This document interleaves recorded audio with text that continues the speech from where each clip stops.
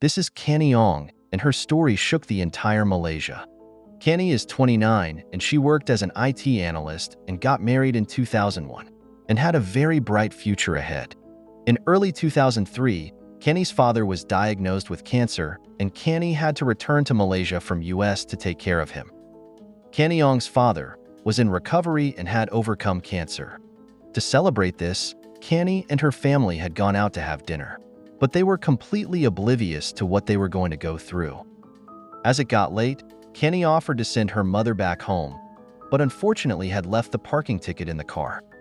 Seeing Canny alone near her car, a man named Ahmad Najib kidnapped her. Within an hour, police started looking for Canny. Around 12 o'clock in the same night, two police officers saw the car of Canny and Ahmad as it looked suspiciously parked. They approached it and asked for both of their identification cards. Seeing the opportunity, Canny started making gestures.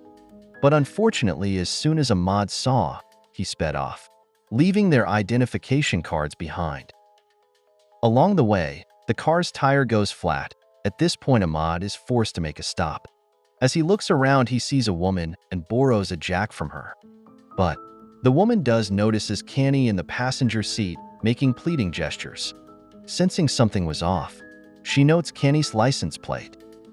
Around 5 o'clock a.m., Ahmad parks the car under an abandoned bridge. There he essayed Canny in the car. Then Ahmad strangled and stabbed Canny twice, ending her life. To get rid of the Canny's body, Ahmad lays Canny's body in a small manhole next to the highway and covers the body with 2 tires filled with cement. 24 hours pass by, and Ahmad returns to the crime scene, having changed his mind and planning to burn the body and erase any trace of the deceased identity.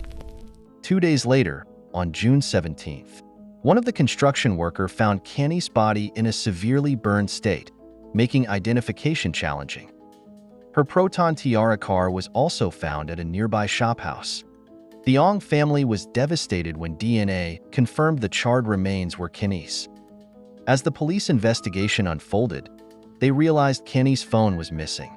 Their search led them to a van driver who had stolen it from her car.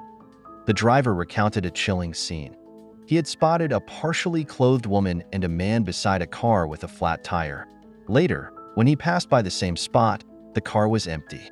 Seizing the opportunity, he took a bag and the phone he found inside, hoping to sell them.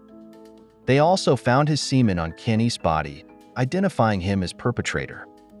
6 days after the crime was committed, police arrested Ahmad and he was sentenced to death penalty, along with 20 years in prison and 10 strokes of caning for the assault. In September 2016, Ahmad was executed by hanging in the prison. This case was particularly shocking due to its brutality and the public outcry it generated.